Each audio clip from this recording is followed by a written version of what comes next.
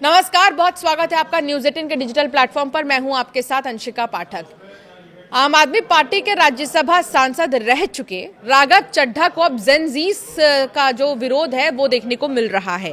राज्यसभा सांसद राघव चड्ढा जिस तरह से आम आदमी पार्टी छोड़कर बीजेपी में शामिल हुए, लगता है कि उनकी लोकप्रियता को जबरदस्त झटका लगा है। कम से कम सोशल मीडिया के इंस्टाग्राम फॉलोअर्स की अगर बात करें तो उनके प्लेटफॉर्म को देखने से तो यही लग रहा है, जिसमें लगभग 24 घंटे में ही उनके फॉलोअर्स की संख्या 12 लाख से भी कम हो गई है। जी हां, राघव चड्ढा ने जब से आम आदमी पार्टी छोड़कर बीजेपी में शामिल होने का फैसला किया, इंस्टाग्राम पर उनके फॉलोअर्स की तादाद बेतहाशा कम होने लगी है और इसमें कमी आने लगी है। यह लगातार घटती ही जा रही है। राघव चड्ढा शुक्रवार को आम आदमी पार्टी के 6 अन्य राज्यसभा सांसदों के साथ बीजेपी में तो शामिल हुए।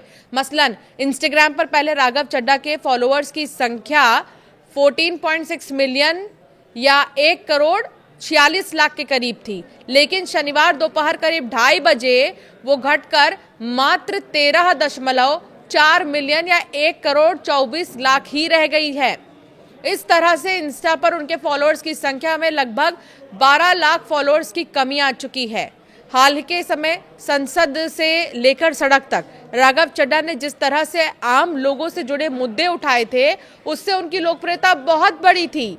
इनमें मोबाइल रिचार्ज न होने पर भी फ्री इनकमिंग की सुविधा, पैटर्निटी लीव, हवाई अड्डों पर सस्ते भोजन, इस तरह की बहुत सारी सुविधा की मांग शामिल है। इससे उनकी लोकप्रियता का ग्राफ बहुत तेजी से बढ़ा था। खासकर युवाओं में वो बहुत पसंद किए जा रहे थे। इंस्टाग्राम पर फॉलोअर्स में अब भगदड़ सी मच गई है कि कहीं ना कहीं उनके चाहने वालों में अभी के लिए उनसे निराशा हुई है। राजनीतिक विश्लेषकों को लग रहा है कि युवाओं, खासकर जेन जी वर्ग के लोगों को उनसे निराशा हुई है। इसी वजह से इंस्टाग्राम पर उन्हें अनफॉलो करने वालों की कतार लग चुकी है। इसके अलावा एनसीपी यानी शरद पवार के प्रवक्ता का कहना है कि अपने एक्स पोस्ट में उन्होंने दावा किया है कि इंस्टाग्राम पर उन्हें अनफॉलो करने की जेनजी वाली मुहिम की वजह से ऐसा हो रहा है।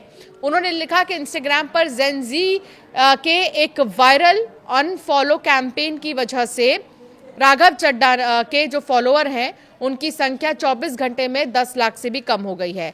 इस घटनाक्रम के बीच आम आदमी पार्टी ने बागी सांसदों पर कड़ा रुख अपनाया। पार्टी के वरिष्ठ नेता संजय सिंह ने आरोप लगाया कि गैर कानूनी तरीके से हमारे 7 सांसद बीजेपी में शामिल हुए। ये दल बदल कानून के खिलाफ है।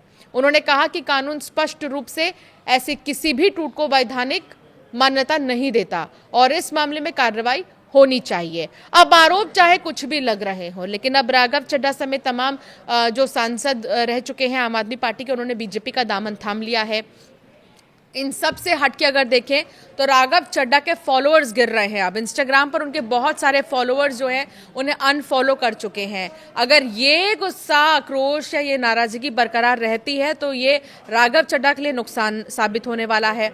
और अगर राघव चड्ढा के बीजेपी में शामिल होने के कुछ समय बाद उनके फॉलोअर्स बढ़ते हैं तो उनके इस फैसले को सराहा जाएगा। तो अभी इंतजार थोड़ा करना होगा, और क्योंकि उन्होंने हाल ही में बीजेपी ज्वाइन की है तो हो सकता है कि जो आम आदमी पार्टी के फॉलोअर्स रह चुके हैं या जो आम आदमी पार्टी के कार्यकर्ता हैं वो ही उन्हें अनफॉलो कर रहे हैं और उन्हीं की संख्या हो इतनी। लेकिन अब इंतजार करना होगा, आने वाले समय में ये देखना होगा कि राघव चड्ढा के फॉलोअर्स बढ़ते हैं या घटते हैं, क्योंकि उन्होंने जनता के मुद्दे उठाए हैं और आपने उनका असर भी देखा ही होगा। पैटर्निटी लीव का मुद्दा जब उन्होंने उठाया तो वो काफ़ी ज़्यादा ट्रेंड कर रहे थे, सोशल मीडिया पर उनके वीडियोज़ वायरल हो रहे थे।